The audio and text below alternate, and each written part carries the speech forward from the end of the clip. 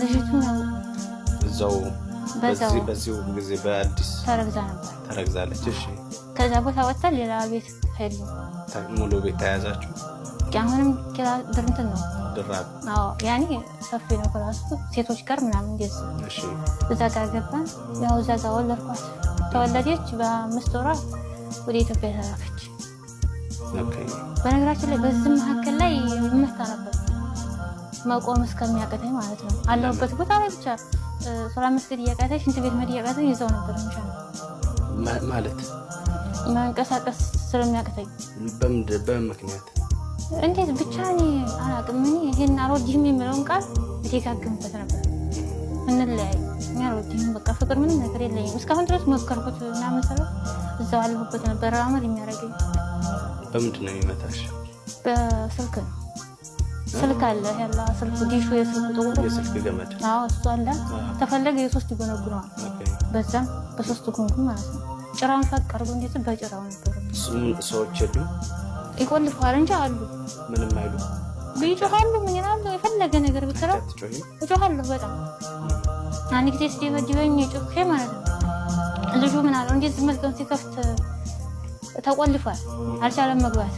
ከጨረሰ በኋላ ሲወጣ ምን አለ አፈናፍን ብትመታ ጮኸች ብንኮባከሃ ይሄን ያክል ነበር የራሱ ዘው ጓደኛው። በጣም ከባድ ነው። ልጅ ስታረግሽ ምንድነው የነበረው የሱ ስሜት? አረግስኩ እሱ ቦታ የለም ብቻ ፈልጋለሁ ምናምን ብሎኛል ስትይ ነበር። አዎ ብሎኝ ነበር። ከዛ ቢያንስ አርግዛለች እና ብሎ የሆነ እዝነት የለም። አርግዛሽ የሚደበድብሽ ነበር? አዎ በጣም። እሺ ልጅቱ በ5 ወሯ ላይ ወደ ሀገር ተላከች። መጀመሪያ ሳትላክ በፊት መጀመሪያ መጥቶ ነበር እሷን ለማላክ። ያው መጣ። አንድ 15 ቀን አብረን ነበር። ልጅቱ ከተላከች በኋላ 15 ቀን ቆይቶ እኔም ወደ ስራ አሁንም ድጋሜ እሱ ወደ ስራ ሄደ። ስራ ሄዶ የት ነው ኃይል የ7 ሰዓት የ8 ሰዓት መንገድ ነው ታውቀዋለህ። የሚሻው ራሱ 800-900 ሪያል ነው። እዛ ጋር ከሄደ በኋላ በሁለተኛው ወሩ ድጋሜ ልምጣ የሚል ሀሳብ ደግሞ አነሳ። እኔ ልጅቱ ልጅቱ ትላንትና ነው ቢያንስ ደግሞ ቤት መስራት አለብን አይደለ? አንተም ተወሰነ ስራ እኔም መስራ ተቀምጫለሁ። እኔ እዚህ ጋር ቤት ብዙ ወይ 6-7 ወር ተቀምጫለሁ። ኦኬ። ስለዚህ ትንሽ ሞክርና ከዛ በኋላ እንገናኛለን ስለው በዚህ ነገር ሊስማማ ፈቃደኛ አይደለም። እንደምንም ብሎ 3 ወር ሞላው። ኦኬ። ከ3 ወር ቆይታ በኋላ ከነስቶ የት መጣ? ጅዳ። እሺ። እያለ በሰዓቱ ኮሮናው መጥቶ ነበር። የኮሮና ጊዜ ነበረ ካስታወስክ ማለት ነው። የዛን ሰዓት ቀጥታ መካ መጣ ከጅዳ። እሺ። እኔም ወረር ነበረብኝ መጣሁ። እሺ። ዋናው ታሪኩ አሁን ዘጋ ነው። ይሄ ሁለተኛው ልጅ ተወለደ፣ ተረገዘ ማለት ነው። ተረገዘ? አዎ። እሺ። ሲረገዝ እኔም አልፈልግም እሱም አይፈልግም። የዛን ሰዓት እኛ ሰርተን ቤት መስራት ነበር አላማችንና ልጁ ሲረገዝ ምን ነበር ያለው እሱ? ይውረድ አስወርጁ አለኝ። እኔ ደግሞ አላስወርጅም አልኩት። ኦኬ። እንዴት እንደዚህ ሊል ቻለ? በቃ ልጁ ይውረድና ቤት እንስራ። እሺ። እንደዛ ነበር። እኔ ደግሞ ልጁም አይወርድም አንድ ጊዜ አፈጥሮታል። ልጁም አይወርድም እኔም ቤቱም ይሰራል አልኩት። ኦኬ። ያ በዛ መሀል ነበር ትልቁ ችግር የመጣው። ምን ተፈጠረ? ከዛ በኋላ ያው የተለያዩ መድኃኒቶችን መግዛት ጀመረ። ብዙ ነገር ሆነ ማለት ምን አይነት መድኃኒቶችን? መጀመሪያ ላይ ሲያስጨንቀኝ በብትር እሺ አልኩት። ፈቃደኛ ሆኜ ነበር። ኦኬ። በጣም ምን እመጣለሁ ወደዛ። እሺ። ደወልና ሆነ የሚሻወር ላይ ተዲባቆ ምናምን ነገር የሚሸጠው መድኃኒቱ መጣ። ወደ 1000 ሪያል ነው እንደዛ ነው የተገዛው። ከመጣ በኋላ 7 ፍሬ ነውና 7ቱን ፍሬ ተባ አይሰራም ተብለን ነበር። እና ያንን ከይና አመጣው ወአኩት በሚሆንበት መንገድ ሆነ 7። አዎ 7ቱ ግን ባፌ ወአኩትን ተፍቻለሁ ሽንት ቤት ያው በራሱ ጠሪቃ ያስገባው አለ። እሺ። እዛ ጋር ያሆነ ቢያየው የለም ሙከየፍ አጠፋ ኮካ መጣ የተለያዩ ያወርዳል ብሎ የሚፈልጋቸው ነገሮች አመጣ አለጣኝ በግዴታ ማለት ነው። መናገር አልችልም። እዚህ ጋር ስልክ አለ መግረፊያ ማለት አለ። አዎ እሺ እምቢ ማለት አልችልም። ያ ነገር ሆነ አልሰራም። የለም ከክኒኑ ቀጥሎ ምን ነበረ? ጁላ ነበር። በስልኩ እሱን ሞከረ፣ እንዳልሰራ አረጋገጠ። አንቺ የሚወሰደውን ወስደሽ ሽንት ቤት ሄደሽ የተፋሽው እንዲወለድ ፈልገሽ ማስወረድ ስላልፈለግሽ ነው? አልፈልግም። ምክንያቱም አንድ ጊዜ ሲፈጠር አላህ ዝም ብሎ አላመጣውም። ያንን ልጅ የራሱ የሆነ ነገር አለው። በቃ እኔ በራሴ ተቀብዬዋለሁ። ያከኒኑ ለማሳመን አልሞከርሽም? በጣም ሞክሬ ነበር፣ አልሰማኝም። ቀጣይ ላይ ዱላ መጣ። ስልኩ ተውሲለው አለ አይደለ? የዲሹ ጥቁሩን እሱን ቆርጦ ፋርሽ የዲሽ ገመዱ በሱ ከሚገባ በላይ ነበር የደበደበኝ፣ አቅሌን እስከምስት ሆነ። አሁንም የለም። እንዴት ነበረ? እንዴት ነው የደበደበሽ? ለምን በድብደባ ምን ይሆናል ብሎ አሰበ? እንዲወርድ ይፈልጎ መሰለኝ። በድብደባ ይወርዳል? ይወርዳል። ደም ስለሆነ ቢያንስ 2 ወር አልሞላውም በሰዓቱ። በጣም ደበደበኝ፣ አልተሳካም። እንዴት ነበር እሱን ስሜት እስቲ ንገሪኝ። መቆም እስከሚያቅት ድረስ ተነስተህ ሽንት ቤት መግባት አትችልም።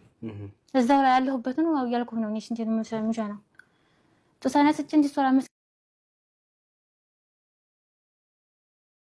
ዛሬ ይዤላችሁ የመጣሁት ያው እንድትማሩበት ሰምታችሁ ለመሳደብ ሳይሆን ከዚች ልጅ ምንድነው የምንማረው፣ ምንስ ማድረግ አለብን የሚለውን የኛ ሰው በነገራችን ላይ ከራሱ ላይ ደርሶ እስከሚያየው ድረስ ተሳዳቢ አሽሟጣጭ ሆኖ ነው የሚቀጥለውና ብዙ ሰዎች በእንደዚህ አይነት መንገድ እየተሸወዱ ነው። ብዙ ጊዜ ነው እኔም እላለሁ ለቅርብ ጓደኞች እንደዚህ በምንገናኝበት አንተን ማለት እንድትጠነቀቁ እናገራለሁ። ሱብሃንአላህ አንዳንድ ጊዜ ሴትነታችሁን እንትን ማስከበር የምትችሉት ራሳችሁ እናንተ ሴቶች ናችሁ እንጂ ዝም ብሎ ራስን ዝቅ አድርጎ ትዳር በገንዘብ አይመጣም። ፍቅር በገንዘብ አይመጣም። ትዳር ፍቅር የሚለው ያው ትዳር የሚለው በእስልምና ይበቃል። ትዳር ውስጥ ሲገባ ደግሞ እሱ መጥፎ ነገር እያደረገ በዳይ ሆኖ እያለ ብር ከፍሎ ፍች መፈታት ደግሞ ሸሪያው አይልም። ካላስተካከለ በሸሪያ መፍታት አለበት። እኔ የሚገርመኝ ሸሪያው ላይ ፍቃድ እንደ እንትን እንደሚፈቅድ አድርጎ ሰው ገንዘብ እየከፈለ ሲያገቡ ከፍለው ራሳቸው ፈርሸው የራሳቸው ወጫቸውን ዘግተው የወንድ የሚያደርገውን ራሳቸው ዘግተው አግብተው ሲፋቱም ደግሞ ገንዘብ ከፍለው የሚወጡት ነገር ለኔ በጣም ጥያቄ እየሆነብኝ ነው። አንዳንድ ጊዜ ያልደረሰበት ምናምን ልትሉ ትችላላችሁ። እንዲደርስ አላደርገውም። እኔ ምን መሰላችሁ፣ ጠንቀቃችሁ አእምሮ ልብ የሚባል አለን። ልጅነት ወይም አለማወቅ የሚባለው አንድ ጊዜ ይሆናል፣ 2-3 ጊዜ ግን አይደጋገምም። አንድ ጊዜ መቼም አለማወቅም ጅልነትም ይሁን ምን ይሁን ያልፋል። ልጅቱም እንደዛ ነው ያለሽ። ጅልነት ነው አለማወቅ ነው። ልጅነትም ጅልነት ነው። ልጅልነት ነው የምለው እኔ ራሴን ወክዬ ነው ማወራ። ግን እንደኔ እንዳትሸወዱ ከኔ ተማሩ እያለች ነው እች ልጅ። እንግዲህ ሀዲያ ነው መሰል የምትባል በአህመድ ወሎ ቻናል ላይ ሙሉውን እኔ አይቼዋለሁ። ታሪኳ ስላሳዘነኝ ያሳዘነኝ ደግሞ በደንብ የተመለከትኩት አንዳንዶቻችን ለስድብ ነው የምንሮጥ እንጂ ከዚች ልጅ ምንድነው የተማርነው? እንደዚች ልጅ እንዳንሆን ምንድነው ማድረግ ያለብን ከምንልቅ እሷን ለመሳደብ እንትን ለማለት እንሯሯጣለን። አሁን እሷ መሰደብ ሳይሆን ያለባት እኛ ከእሷ ምንድነው መማር ያለብን? ብዙ ልጆች በእንደዚህ አይነት ነገር ተጠቂ ናቸው። በነገራችን ላይ ግን እነዛን ሰዎች ራሳቸውን ተጠቂዎቹን ዙረው ወደ ትዳር ሰፈር ገብተው ነው የምታገኟቸው። እና አንዳንድ ጊዜ ትዳር አትግቡ ማለት አይደለም። አሰላሙ አለይኩም ወራህመቱላሂ ወበረካቱ። ውድና የተከበራችሁ የፌርዶስ ቻናል ተከታታዮች እንዴት አደራችሁ? ዛሬ ጁምዓ ነው። መልካም ጁምዓ ብለናል። የዛሬ ሳምንት ጁምዓ ሮመዳንን ይዘን የመጨረሻ የሮመዳን ጁምዓ ብለን ተራዊም ሰግደን ቂያምም ሰግደን አሳልፈን ዛሬ ደግሞ በኢዱ እንትን ተገናኝተናል። ሸዋልን ይዘን ማለት ነውና ዛሬ ይዤላችሁ የመጣው ትማሩበት አላችሁ። ከዚች ልጅ መማር ካለባችሁ ትማራላችሁ። አንዳንድ ጊዜ ታሪኩ የዚች ልጅ ታሪክ ከራሳችን ደርሶ መጠበቅ ሳይሆን ከዛ ሰው ታሪክ ከኔ ታሪክ እናንተ መማር አለባችሁ የሚለውን ነው። ብዙ ሰዎች በዚህ ወረርሽኝ እየተጠቁ ነው ያለ፣ በዚህ አለማወቅ እየተጠቁ ነው ያለ። ትዳር አላህ የሰጠው በሰው ስበብ በቤተሰብም ስበብ ሊሆን ይችላል። አሁን ባለበት ደግሞ በኦንላይንም ስበብ ሊሆን ይችላል። አላህ የሰጠው ስጦታ ቲዳር ነው። አላህ ላገራለት እንደ ቲዳር ያለ ትልቅ ነገር የለም። ቢሆንም ግን ያንን ቲዳር አላህ ስብሓነሁ ወተዓላ ራጅል ቀውዩን ራጅል ረጁሉን ቀውይን እያለ በቁርአን ላይ ብዙ ጊዜ እየተደጋገመ ነው እንትን የሚለው ወንዶች ጠንካሮች ናቸው፣ ማስተዳደር እንደሚችሉ ነው። ሴት ለወንድ ልጅ ቤት ተከራይታ ፈርሻ ናግባ እንድታስገባው ከሸሪያ የለም። ከሸሪያ የሌለውን እኛ ለምንድን ነው እያመጣን ለምን ባላልባ 100 ዓመት እድሜ ካለን አንቀመጥም? ገንዘብ እየከፈልን ስናገባም ከፍለን ስንፈታም ከፍለን ምንኖርበት ቲዳር ምን አይነት ቲዳር ነው?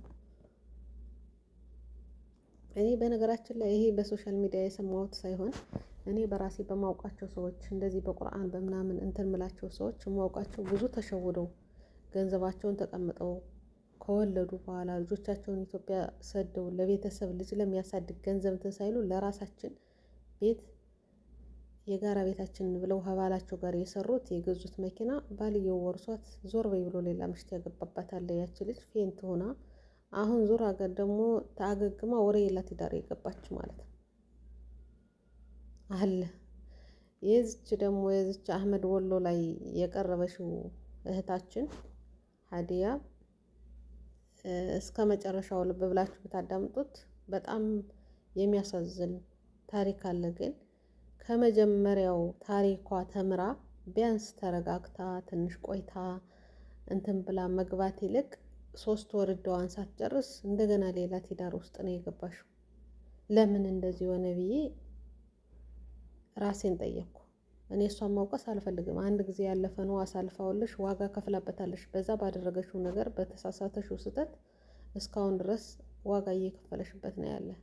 ከመጣሽ ሳውዲ አረቢያ 13 ዓመት እዳ ካፋይ ሆና ነው ያለሽው ማለት ነው። እኔ የምጠይቃት እሷን ልጅቱን ሁሉም ይቅር እንግዲህ በስተትም ተገባ ፈረሸሽለትም ገንዘብ ሰጠሽውን ቤት ተከራየሽም ገባሽ እንበልና የመጀመሪያው 9,000 ሪያል ከፍዬ ፈርሽ ምን ብዬ ገባው አለሽ። ከዛ ወር ሳይሞላ ተለያየን አለሽ። ያው የሚጠጣ ነው እንትን ነው ሽሻ ምናምን ነው ያለሽው። እንግዲህ ያንን በዛ ምክንያት ያው መክር ያድናለው። ሌላው ጸባይ እንትን ካለ ያዛ ጋር እንትን ይላል ያልተስማሙበት ነገር ካለ እንጂ ገንዘብ ክፈይ እንኳን አላለኝም ፍታይ ስለው ፈታኝ ነው ያለሽው። ገንዘብ እንደ ክፈይ ብሎ እንዲጠይቃትም ፈልጋ ነበረሽ መሰለኝ ማለት ነው። አዲስ ሕግ ያወጣ ይመስለኛል ሴቱም ወንዱም ከሸሪያ ውጭ የሆነ ማለት ነው። ለምን ይሄ ተፈለገ? በእንትን ላይስ በሸሪያው ውስጥስ እንደዚህ አሁን በሸሪያ ሕግ ላይ ሲፈታ እሱ ይሄን ሁላ መከራና ስቃይ አድርሶ እንዴት ገንዘብ ክፈይ ተብላ ከፍላ ትፈታለሽ? ይሄ ጥያቄ በነገራችን ላይ ለትላልቅ ኡስታዞች ሸሪያውን ለሚያውቁ ሰዎች ቢሆን ደስ ይለኛል። ግን ተበዳይ ሆነሽ እያለሽ እንደገና ገንዘብ ከፍሎ እንዴት ነው ፍቺ የሚፈታው? ለባልየው ገንዘብ የሚከፈለው? ይሄ ጥያቄ የሁላችሁም ጥያቄ ሊሆን ይችላል። እኔ የማውቀው ገፊ ሆና ከቤት ተመችቷት አልፈልግም ብላ በጥላቻ በምንም ቤት አመቻችቶላት ሁሉ ነገር ሙሉ ሆኖ ያንን ቤት ረግጣ ከሄደሽ ትከፍላለሽ ነው በፈትዋም በምንም። እሱ እያሰቃያት ለምን አረገሽ ልጅን ብሎ ለምን አርግዘሻል ብሎ በዛ ለማስወረጃ 1,000 ሪያል ልጁን ለማስወረድ 1,000 ሪያል ገዝቶ መድኃኒት ሰጥቶ ያንን መድኃኒት ልጅቱ ስላልዋጠሽው አልሰራ ስላለ ያን ልጅ መውረድ ስላልቻለ በስልክ በቴሌቪዥን ገመድ እየገረፈ ከዛ በላይ ያን ውላ አይበቃት ብሎ ሆዷን እንደ መሳጅ እያሸ ያንን ልጅ ለማስወረድ እየታገለን ባል እንዴት ነው ሸሪያ ምክር ሕግ እንትን የሚባለው? ብር ትክፈል ተብሎ ያውን በረሲድ ይላክለት ተብሎ ተልኮ ያኔ በባንክ ተልኮ ደረሰ ይምጣ ተብሎ የተፈታሽበት ምክንያት እኔ የራሴ ጥያቄ ነው። እናንተም ጥያቄ ካላችሁ በኮሜንት ላይ ያስቀምጡ። እንደዚህ አይነት ግን ነገር እንዳትሸወዱ ነው የምለው። ሁለተኛ ደግሞ እሺ ያን ወደ ፍች ደረስኩ አልሐምዱሊላህ ከፈለሽም ከዛ ሁላ ስቃይ ይሻለኛል ብላ ከፍላት እንትን አለሽ። ከፍቹ በፊት ግን እንደዛ ብላ ተሰቃይታ ልጁንም አላስወጣም ብላ እንዳላህ ተጎንብሼ ለምኜዋለሁ፣ ከአንተ 5 ሳንቲም አልፈልግም ተወይ በቃ ሰርቻ አሳድገዋለሁ ብዬ እንዳላህ ተንበርክኬ ለምኜው በዛ ስራ ገባሁ ህመሙ እንዳለ የዱላው የምኑ ሽንቴን እስከማልሸና ድረስ ሽንት ቤት መሄድ እስከሚያቅተኝ ድረስ የተገረፍኩበት የተመታሁት እንትን ብሎ ከዛም በኋላ ስራ መጣልኝ። ወደ ስራ ሄድኩኝ። ልጄን በ2 ወሩ ስራ የገባው 9 ወር ሆኖ ምጥ ሲመጣ ነበር ምሽዋር እንትን ብዬ ወጥቼ ወደ ቤት የመጣ። ግን 9 ወር ስሰራ እኔ ወደ ምጥ መጥቶብኝ ስመጣ 1500 ሪያል ብቻ ነው በእጄ ይዤ የመጣሁት። 9 ወር የሰራሽውን ስራ ለጋራ ጉዳያችን ለቤቱ ጉዳይ ወደ ኢትዮጵያ ልኬዋለሁ። ለሱ እየሰጠሽው እሱ ነው ወደ ኢትዮጵያ የሚልከው። ከሱ ጋር እንደዛ ብላችሁ እየተደባደባችሁ በህይወትሽና በራስሽ ጉዳይ እንትን እየተባለ ያን ቤት በጋራ ለመሰራት ለምን ፈለግሽው? ለምን አላቋረጠሽም? ከአረቦች ጠፍተሽ ነው የምትሰሪው አይደለ? ለምን ከሱ ተደብቀሽ ሰርተሽ ገንዘብሽን አትይዥም? አንደኛ እርጉዝ ናት። ልጅ ሲመጣ እሱ ምንም እንትን እንዳይላት የቤት ክራይ ራሷ እንደምትከፍል እሱ ምንም በቃ የባል እንትኑን እንትን እንደማያደርግ እሷ እንደባል ሆና እሱ የምታስተዳድር እስከሆነች ድረስ 9 ወር የሰራሽውን ደሞዝ ለምን ለሱ ሰጥታ ኢትዮጵያ ለቤቱ ለሚሰራበት ተብሎ ሄደ? ለምን አይቀርም? ያነ ቤት ፊት ለፊት ያለው የልጇ ህይወት እሷ ወልዳ ራስ ስትሆን የማዋለጃ የሚባል አለ፣ ተወልዶ የልጅ መላኪያ የሚባል አለ። ያንን ለምን አላሰብሽም? ይሄ ጥያቄ ለሷ ነው የምጠይቀው ማለት ነው። አንዳንድ ጊዜ ካለፉት ስህተቶች መማር የለብንም ወይ ብዬ ማስበው እሷ ራሱ አልተማረሽም። ሌሎቹም እንዳትሸወዱ። እንደዛ ብሎ በዱላ እየደበደባት ለምን አረገሽ ብሏ መጀመሪያ ልጅ ወልዳለሽ። ያቺ ልጅ ስትወለድ ኢትዮጵያ በ5 ወሯ ሰደዋታል። እንደገና ሌላ ልጅ ሲመጣ ለምን አረገሽ ብሎ ለማስወረጃ ለልጁ እንድታስወጣው ተብሎ አስተፍሩላህ መድኃኒቱን ላገዝቶ እሷ ደግሞ ማስወጣት ስላልፈለገች አላህም ስላላለው በዱላ ለማስወረድ ሞከረ፣ አልተሳካም። መጨረሻ ላይ ስኪን ይዞ ሲመጣ ለምኜ 1 ብር አልፈልግም ካንተ ልጄን ራሴ ያሳድገዋለሁ ብዬ ለምኜ ተማጥኜ እንደዛ ካልሽሎ ትቶይ ስራ ገባሁ። ስራ ከገባው ልክ በ9 ወሬ የሰርቃሁትን ገንዘብ ለሱ ነው የምሰጠው። እሱ ወደ ኢትዮጵያ እየላከ የቤቱ ጉዳይ እየተጨረሰበት ነው። ቤቱ እየተሰራ ነው። ቤቱ ሰው ሲኖር አይደል ቤት የሚኖረው? ትዳር ሲኖር ወንድ ሲኖር አይደል ለቤት የሚታሰበው? እንደዛ ብሎ በዛ ውስጥ ላይ አንቺም ሳልወደው ነው እየቆየ ፍቅር ይመጣል ተብሎ ነው የገባሁት። በጓደኛ ነው የመጣ ብዙ ነገር አውርታለሽ እና እኔ ከሷ የተረዳሁት እውነትም ጅልነት ወይም ልጅነት ነው ያለሽው ከሷ ላይ ያለ ማለት ነው። አለመረዳት፣ አለማስተንተን ይሻላል የሚለው ሳይሆን እንደዛ ብላ እርጉዝ ሆና እርግዝናዋ እያለ ለሱም ቃል ገብታለት እንደማይረዳት ነግሯት የምትሰራውን ገንዘብ ለምን የኢትዮጵያ መላክ አስፈለገ? ለምን ሁለተኛ ለሱ ሰጥታ በትዳር ከሱ ጋር እንደማይቀጥሉ በዱላ እያሳያት ስለሆነ ፍቅሩን ዱላውን እየተደበደብኩ እኖራለሁ ነው። ቤት ሊሰራ ለቤት ያን ብር የሚላክ የነበረው ያረገዘሽውን ልጅ ረስተሽዋል ወይ የሚለው የኔ የራሴ ጥያቄ ነው። እርግጥ ያለፈ ነው፣ ግን እሷ ያሳለፈሽው እንዴት ይህን ያህል ስቃይ እያሳለፈሽ ገንዘቡን ለሱ መስጠት አስፈልጋት? ያችን የሰራሻትን 9 ወር ለሱ ነበር የሰጠሽው። ታሪኩ ይቀጥላል። ልክ 9 ወር ሲሞላኝ ከመዳሜ ቤት ሁኜ ምጥ መጣ። ፈሳሽ ነገር ፈሰሰኝ። ከዛ ምሽዋር ጠይቄ ምሽዋር መጥቶ ወሰደኝ። 1000 ሪያል ከሰው የሰጠሁት ነበረኝ። 1500 ሪያል የራሴ ነበር። አዋላጅ መታ 1000 ሪያል ነው 1000 ምናምን አዋላጅቱ ይዛ ሄደሽ። ከዛ ከሰው ያለ ብርም የለ እኔ የለኝም ብር። በቃ ልጅ ሲወለድ ገንዘብ የለም ተወለደ አለሽ።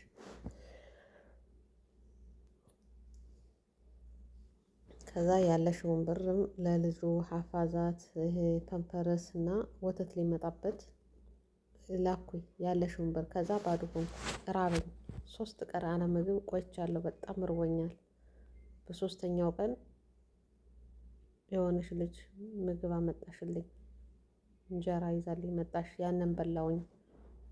እሷንም እየቀነስኩ አራስ ነሽ ተነስተሽ እየሰራሽብኝ እያሉ እንትን ይሉኛል። እኔ ግን ምሰራው ስላጣው በራብ ላይ ሁኜ ስኖር ለልጁ ወተት የሚገዛ ለጥየቃ 50 ብር ምናምን የሚያመጡት ሰዎች እሱን ከልጅ ጋር እየተከፋፈልን ለሱ ወተት ለእኔ ደግሞ ዳቦ ገዝቼ አንዲት ዳቦ ለራትና ለምሳ እያደረግኩ ቆየሁ። ከዛ ሶስት ወር ነው ምናምን ከሆነ በኋላ ወደ ስራ ቦታ ከነ ልጄ ስራ አግኝቼ ወደ ስራ ገባው ትላለች እች ባለ ታሪካችን። ስራ ከገባው በኋላ ከዛ እየሰራው 1500 ነው የምሰራ። ለልጄ ወር እስከ ወር ድረስ አያቆየኝም። ምግብ የለም፣ የምግብ ችግር አለ ከስራ ቦታው ላይ በጣም ከባድ ነው። ለሱ ወተት፣ ፓምፐርስ፣ ለራሴ ምግብ ገዝቼ ያቺ 1500 ብር ወር አትሞላልኝም። ከባድ ጊዜ ነበር ትላለሽ ባለ ታሪካችን። ከዛ መሀል ግን የሳትኩት ስህተት ያለው ምን መሰላችሁ? ወልዳ የምትበላው ስታጣ ለሱ ደውላ የቤት ክራይ ሲጠይቁኝ ለሱ ደውዬ ስንትን ስለው 500 ሪያል ላከልኝ። 300 ሪያሉን ለቤት ክራይ ከፈልኩት። 100 ሪያሉን ስልክ አልነበረኝም፣ በ70 ሪያል ከሻፍ ስልክ ገዛው። ያችን ትርፍቷል ለእኔና ለልጅ ምግብ አደረግኩኝ ትላለች ባለ ታሪካችን። ከዛም በኋላ ነው ስራ የተገኘው። ስራ ተገኝቶ ግን እንትን ሲባል ያቺ 500 ብር ብድር እንደሰጣትና መልሳ እንደምትሰጠው እንትን አለ። መልሼ ሰጠሁት። ከዛ እንደዛ ብዬ ከአረቦቹ ቤት እየሰራው ሽንኩርቱን ላከለከላለሁ ለልጁ እንደዛ እያደረግኩ ወተት ምን እያልኩኝ ሰራው። እየሰራው ሳለ ከዛ ላይ ከኢማራት የምትሰራ ከዛው ከንትን ከላይ ከፎቅ የምትሰራ ተገናኝተን በእኔው ታሪክ ያለፈሻት መመስል እሱን ሳወራት ልጅሽን መላክ አለብሽ ወደ ኢትዮጵያና አንቺ መስራት አለብሽ ስትለኝ ገንዘብ እንደሌለኝ ስነግራት እኔ ሙሉ ገንዘቡን እሰጥሻለሁ ልጅሽን ላኪና አንቺ ስራሽን ስሪ ብላለችኝ ትላለሽ ባለ ታሪኩ። ከዛ ጅዳ መጥቼ የልጁን ፕሮሰስ ጨርሼ 15000 ሪያል ጨርሼ ልጁን ለዛች ጉድ የምትችለው እናት ሁለተኛ ልጅ ላኩላት ትላለች ባለ ታሪካችን። ሁለተኛ ልጅ ልኬላት እነሱ እንግዲህ ያው የተወለዱ እናቶች አይደሉ። ከዛም በኋላ 15000 ያለኝ ዕዳ መክፈል ነበረ እንትኔ። እሱ ግን ያነውላ ሲሆን ለልጅ ማሳደጊያ ብሎ አንዲት ብርም አይልክም። ከዛም በኋላ እኔ በሸሪያ ፍርድ ቤት አዲስ አበባ ፍቼን ጠየቅኩኝ። ፍች ስንፈታ በሸሪያ እንትን ተብሎ ስንፈታ አለሽ ብር ከፍያለሁ። ለኔ 2005 ነው ምናምን ብር የከፈልኩት ለኔ ብዙ ነው። ከፍዬ ነው ፍች የተፈታሁት። እሷ አሁን ትንሽ ነው ይሉኛል ብላ ነው። ሲጀመር ክፍያው ለምን አስፈለገ? እሱ በዳይ ሆኖ እያለ ፍች ስትጠይቂ ለምንድን ነው ክፍያ ክፈያለሽ? ሸሪያ ፍርድ ቤቱ ነው ብር ከፍለሽ ተፈች ያለሽ ወይስ እሱ ጋር ተነጋግረሽ አንቺ እንድፈታሽ ብር ስጪ ብሎሽ ነው የሰጠሽው? ይሄ ጥያቄ እኔ በኮሜንት አስቀምጣለሁ፣ እናንተ ማስቀምጡ። ማለት ሸሪያ ላይ እናንተ ገፍታችሁ ነው። እኔ የማውቀው እኔ ባሌን ይወደኛል፣ ሁሉን ነገር አሳክቶ በደንብ አድርጎ እንደ ባል ሆኖ እያስተዳደረኝ ነው ያለ። ያንን ረግጬ ፍች ከጠየቅኩት ነው ተከፍሎ የሚፈታ ነው የማውቀው ማለት ነው። ግን ዝም ብሎ እሱ በዳይ ነው በዱላ እርጉዙና ልጅ ለማስወጣት ይህን ሁላ አላህ የማይወደውን ይህን ሁላ ትግል ያደረገ እሷ ብቻ ራሱ ኮይንቷ እሷ እንኳን ገንዘብ እሱን እንዲቀጣ ነበር የሚሆነው። እንዲያው እሱ ፍርድ እንዲያገኝ ቅጣት እንዲቀጣ የሚሆንበትን እሷ ግን 2000 ምናምን ሪያል ከፍዬ ፍች ተፈታው ትላለች ባለ ታሪካችን። እንዲያው የሚገርም ነው። ከዛስ ምን ሆነ? ያነ ልጅ ኢትዮጵያ ሄደ። እንግዲህ ሳውዲ ከመጣሁ 13 ዓመቴ ነው። ለቤተሰቦቼ 2 ልጅ ሰጥቼ እሱም አያግዛቸውም እኔም እዳ ከፋይ ስለሆንኩ ቢያንስ ከ3 ወር አንድ ጊዜ ይልካለሁ እንጂ እሱ ጭራሽ አይደውልላቸውም፣ ገንዘብ አይልካቸውም። እነዛ መከረኛ እናት አባት እሷን ያሳደጉ አይበቃ ብሎ አሁንም ልጅ በአሁኑ ሁኔታ ላይ አሳዳጊ ናቸው ማለት ነው። 2 ልጅ ያው አለምንም እንትን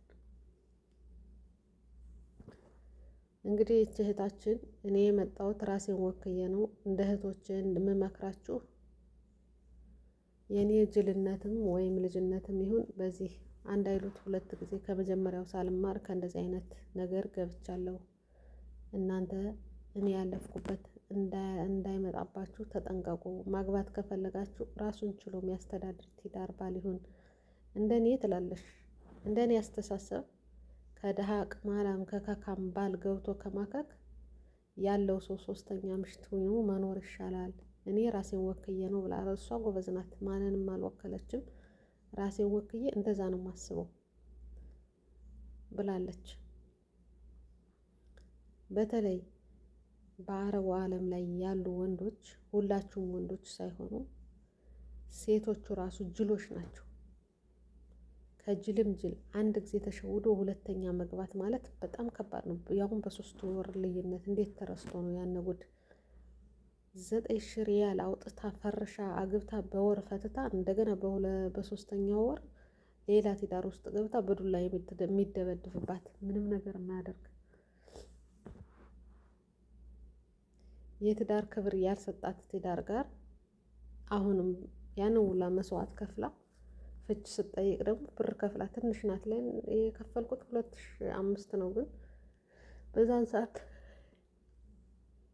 እኔ ገንዘብ ስለሌለኝ ለእኔ ብዙ ናት እያለሽ ተማሩበት እህቶቼ።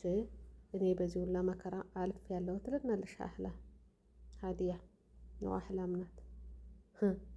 ስሟ ራሱ ተምታታብኝ። እናንተ ምንድን ነው የተማራችሁት? ከእሷ ምን ተማራችሁ? የእውነት ግን እኛ ሴቶች ምን አይነት ነን? ምን አይነት አስተሳሰብ ነው ያለን? በጣም እኔ በጣም ነው እንትን የምለው አንዳንድ ጊዜ። እንዲያውም ትናንት ሳወራ ነበረ ከሆነ ጋር የትዳር አግብታ ህገ ወጥ ናት፣ ባልየው ደግሞ ኡስታዝ ነኝ የሚል ለባን እንትን ያለ የራሱ የሀገራ ሰው ነው። ያው ታውቃላችሁ፣ ሀገሩን አልጠራም። ወደ ትዳር ተጠያየቁ፣ ኒካ ታስረው ግን ልክ ወርደው አልተገናኙም። እሱም ይጠብቃት ያለ እቁብ ገብቻለሁ ብላ ስለተናገረሽ ያን የእቁብ ብር እስከሚደርስ ድረስ ተሎ ነይ ይማላላት። መልካም ሰው ነው የሆነ፣ ጥሩ ሰው ነው የሆነው፣ ችግር የለውም ይደርሳል ተባብለው ኒካ ታሰረ እንጂ ባልና ምሽቱ አልተገናኙም። ሌላ ታሪክ ነው፣ የዚች ሳይሆን ተመሳሳይ ስለሆነ። ከዛ ለእኔ ነገረሽ የቅርብ ቤተሰቤ ናት። በነገራችን ላይ እንትን በወሎ ነው፣ የእናቴ አክስት ናት። ሂዳ በዛ ገብታ ነው ተወልዳ ያደጉና እኔ አላቃቸውም። በስደት ሀገር ነው ያው ታውቃላችሁ፣ በስልክ የተገናኘ ነው። እና ከዛ እንደዚህ ባል ሳልጠራሽ ሰርግ አግብቼ ምናምን ስትል ያለ መሻላ እንኳን አገባሽ፣ ግን ገንዘብሽን የሚሸውድ እንዳይሆን። እናንተ እኮ ትሸወዳላችሁ በቀላሉ ነገር። ገንዘብሽን በደንብ ያዥ እንዳትሸወጅ። ኋላ ለገንዘብ ብሎ የቀረበ ትዳር አይሆንም። ገንዘብሽን ቦጥቦጦ ይለቅሻል። አንቺ ደግሞ ገና ልጅ ነሽ ብዬ እንደ ቤተሰብም እንደ እህትም ምክር መከርኳት። አረ እንደዚህ እኮ ኡስታዝ እኮ ነው ማሻላ። ደግሞ ማውቀው የሀገሬ ሰው የሀገራችን ሰው ነው። እንደዚህ ማድረግ አይችልም። እሱ እኮ ገብቻለሁ ምንም ማድረግ እንትን አይልም ያለው ነው። ሀገራችን እንደዚህ ያለው ብቻ ሆኗል። ቤት አለው ምናምን ነው እንደዛ ነው የሚባለው። እና እንደዛ ብላ ግብታለሽ። ኒካው ታሰረ። ቶሎም አልወጡ። ልክ የእቁብ ሰዓት ሲደርስ ምሽዋር ሰድጃለሁ፣ የደረሰውን ብር ላኪው፣ አንቺ ህገወጥ ስለሆንሽ ብሩን እንትን ብትይ ከስራ ላኪውና በጋራ የሆነ ነገር እንሰራለን ብሎ እንትን ይላታል። እኔ በደንብ አስጠንቅቂያ ስለነበር ለእኔ ደውላ ገንዘብ እኮ እንደዚህ ላኪ ያለኝ ትላለሽ፣ እንዳትልኪለት ለቤተሰብ ላኪና የጀመረሽው ቤት አለ አስጨርሽበት፣ በኋላ ስትሽ እንትን እንዳትይ።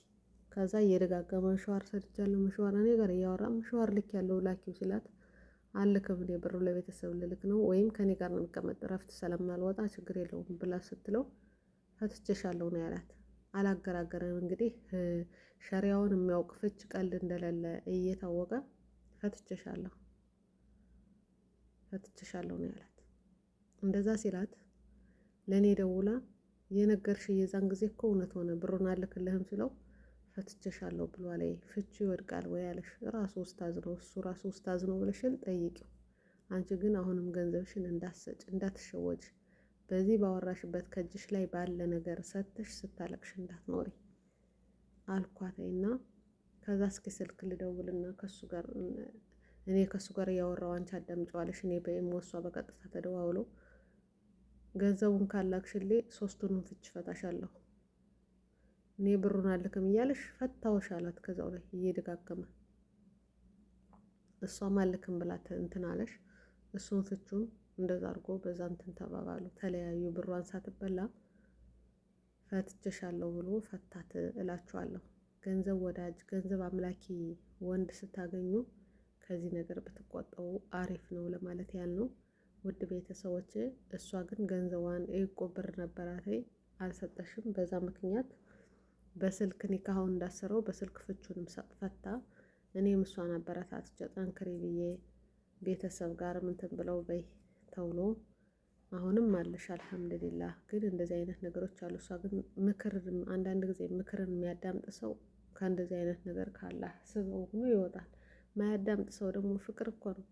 ትዳር በገንዘብ አይገኝም፣ ፍቅር በገንዘብ አይገኝም ብላችሁ የምትገቡ ራሳችሁ ዋጋ ትከፍሉባታላችሁ። ልክ እንደዚች ልጅ ግን እንደ ሴት ደግሞ ያሳዝናል። ገንዘባችሁንም እድሜያችሁንም መስዋዕት ከፍላችሁ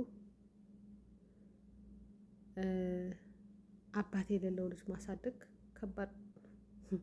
አሁን እነዚህ አባት አለን አባት እንዳለ አይደለም እንዲወጣ መድኃኒት የአንድ ሺህ ሪያል መድኃኒት ገዝቶ ሰጥቶ ያንም አልሆንለት ሲል በዱላ ሊያወጣ ያመነ ሰው አይደለም ማለት ነው። እናንተ ከዚች ልጅ ምንድን ነው የተማራችሁት? እስኪ በኮሜንት ላይ አስቀምጡልኝ። መልካም ጁማ ይሆንላችሁ። ወሰላሙ አለይኩም ወረህመቱላሂ ወበረካቱ።